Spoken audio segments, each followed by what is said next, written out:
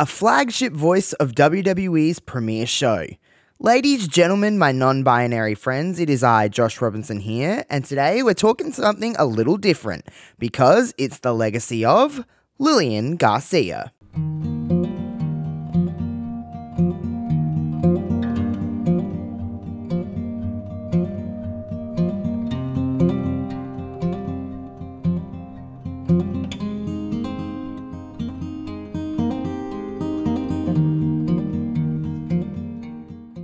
It's often understated the kind of overall impact that the non-wrestling characters can have to a wrestling event. Now, when we talk about a lot of the millennials that are watching WWE now, we grew up in a time of the Ruthless Aggression era. We talk about the Chris Jerichos of the world, the Shawn Michaels, the Triple H, Evolution, The Undertaker, Batista, Trish Stratus, Lita, the list goes on and on and on. And it's great. We talk about the nostalgia of that time. We talk about all of the things that made it what it was. And it's such a happy time as a child watching wrestling and kind of understanding what professional wrestling is. And then, of course, we talk about the stuff that kind of reminds us of that nostalgia and kind of triggers our interest and goes, oh my god, this was such a great time. And it is very to say that there's other things outside of wrestling that made wrestling what it is. You listen to Jim Ross, Jerry Lawler, Michael Cole and Taz. You hear these voices in WWE or wrestling in general that just make you go, I feel like a child. I think it's often overlooked part of wrestling is a ring announcer's job to make the overall presentation of the show fantastic, to make it what it is, to make the gears keep grinding, as they say. Now, when we talk about Jim Ross and we talk about Jerry Lawler and their overall kind of connection that has to that period of time within WWE and WWE's flagship show, Monday Night Raw, there's another voice that comes to my mind and a lot of people's minds, and maybe the one that's not talked about enough of just modern day greats. Not even modern day, it was a long time ago now since she was actively within the business, but we need to talk about Lilian Garcia and her overall impact that she had to WWE's brand and to WWE's sound. Now, while a ring announcer won't make or break the overall kind of landscape of a wrestling program or a wrestling match, it's really, really important to know that how much it can add to a match if it's done correctly. Now, we talk about the greats in the business, and we talk about your Howard Finkles and your Tony Chimmels, talk about modern day greats in Samantha Irvine, Alicia Taylor, and Mike Rome. But I feel like a name that kind of gets a little bit undersold and a little bit underappreciated in her time was Lilian Garcia. Now, Lilian Garcia was the voice of Monday Night Raw from a ring announcer's perspective for so long. She was kind of in and out. She had a very 10-year run that kind of never really took a break in that time, went away and came back on SmackDown a little bit later. Now, I know this isn't going to be the kind of usual legacy of episode where we go through chronological order. It's easy for me to say. Go through that order and kind of break down. Now, obviously, Lilian Garcia it's pretty easy just to say she ring announced a lot of matches and some of the main events and worked WrestleManias and stuff like that. Now, while she didn't have 0 matches, she did have a couple. It's not like we can really go through and talk about matches when it comes to Lilian Garcia. But I want to talk to you guys about something a little bit different when it comes to her. And, you know, kind of playing on what I said before of like the importance of a ring announcer's role in wrestling. Now, I think it's pretty easy to say that when a ring announcer is bad, we notice on it. When a ring announcer is good, sometimes we don't notice. Sometimes it just kind of flows under the radar of just like, this is just what it's meant to sound like. The gears are moving, and it is what it is. Now, you got to think about Lilian Garcia's time when she come into WWE in 1999. She come in with no experience. Lilian Garcia has said in many interviews on many podcasts that she just was kind of thrown into the fire. She thought she could use cue cards. She was kind of thrown in on live television and just see how you go. Now, Lilian has said, and I think we can all say that obviously practice makes perfect. She was not perfect from the start, and kind of stepping into a role and into a world where you're replacing Howard Finkel. Howard Finkel, I think, is often looked at as the greatest ring announcer of all time, and Lilian Garcia was a woman coming into that time where women were not in that role. They were not in that. You got to think of the time, 1999.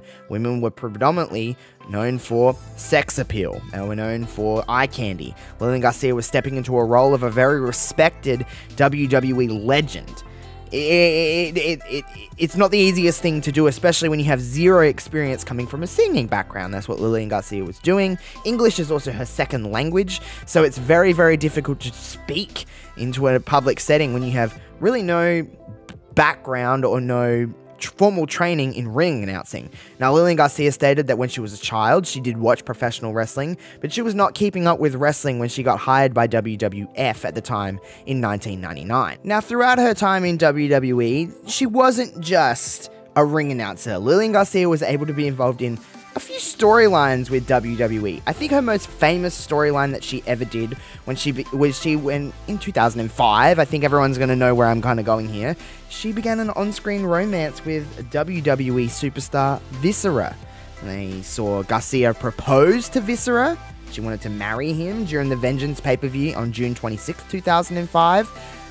It was, interesting. It ended weird. The angle ended, of course, at Vengeance when Viscera rejected Garcia in favor of the Godfather's hose. That is a real thing. Now, Lilian Garcia has also taken a few bumps in her time. She has been attacked by 3-minute warning. She's been in a tuxedo match or an evening gown match, or whatever you want to call it, depending on who was getting their clothes ripped off in said match. She's also brought in her singing career into WWE. I think one of her most monumental performances in her WWE career was following the September 11 attacks, and she was able to sing the Star Spangled Banner on the September 13th, 2001 episode of SmackDown. I think it's... I'm not an American, but I could imagine the world was watching in a lot of sense of what the United States was going to do after the September 11 attacks. And I know it seems so minuscule in the grand scheme of things, but to able to hold a public forum of that size and be able to sing something that you hold very dearly and a lot of Americans hold very, very dearly in that time. I think it's incredible that she was able to get through that. She's also the only person to sing the national anthem at WrestleMania 3 times, singing America the Beautiful at WrestleMania 2000, WrestleMania 21, and WrestleMania 28. She joined a list of recording artists that includes Aretha Franklin, Ray Charles, Reba McEntire, and Willie Nelson. She's the only person to do it 3 times in the history of WrestleMania. She's also performed at NFL games, NBA games, NHL games, NBL games. She's done so many things in her career just from branching out of wrestling to be able to bring her singing side of things into the world of sports. Lilian Garcia has done a lot. She is a staple of what we know and what we love about wrestling. I said before how important it is to be a ring announcer and to do it well. We notice when it's done really well. We notice when it's done really, really poorly. Sometimes when it just floats into the middle because it becomes background noise. You gotta remember, it's different from commentary. A commentator can make a mistake and say, "Oh, I'm sorry, I correct myself." A ring announcer cannot do that. Lilian Garcia has said many times she's had many blunders, botching names and places and weights. But you can't just say, "I'm so sorry about that." You have no cue cards. You have to read it all off the top of your brain. I think a lot of people think, I could be a ring announcer. What an easy job to do. That is just not the case in professional wrestling. You have to kind of remember everything. You have to deliver everything with such passion and pizzazz on everything you do. You can add so much to a wrestling match just by hyping up the crowd, feeling the names being called. There's something so special about that. Lilian Garcia did it for a very long time for a reason. Now, while she departed WWE in 2009, just to try and have a family, get married, do all these things, she did return to WWE in 2011 on SmackDown, come back to Raw, and was gone again by 2016. Now, she is the longest tenured WWE ring announcer in the history of the business.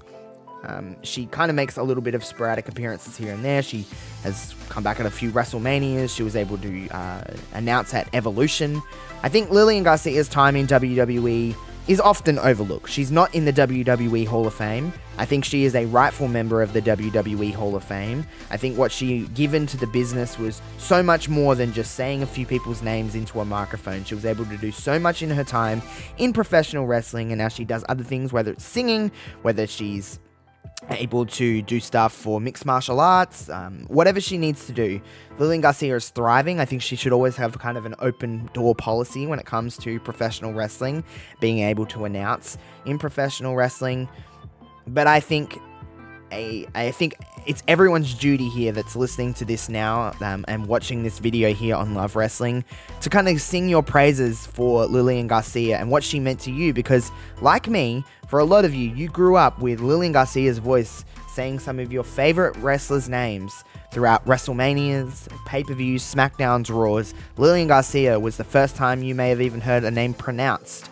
You may have heard the first kind of pizzazz that you felt something with, this is my guy, this is my girl. Lilian Garcia was at the forefront and was driven directly into your ears for many episodes of Monday Night Raw. That's going to do it for this week's episode of The Legacy Of. We are getting closer and closer to the end of The Legacy Of. I can see it. We are less than a month away to the very last episode will air here on Love Wrestling. Make sure you let me know what you think about Lilian Garcia in the comments, and the series, of course, in general. In the comments below, you can follow Love Wrestling pretty much across the board at Love Wrestling CA. Follow me pretty much across the board at JoshRobinson_00. Till next week, folks, we are going to talk about Tough Enough next week. Something very different in the pipeline for The Legacy Of. Until next week, folks, I am out of here. You stay pretty, stay healthy, stay safe, say all that. Just stay it all right? Peace out, friends.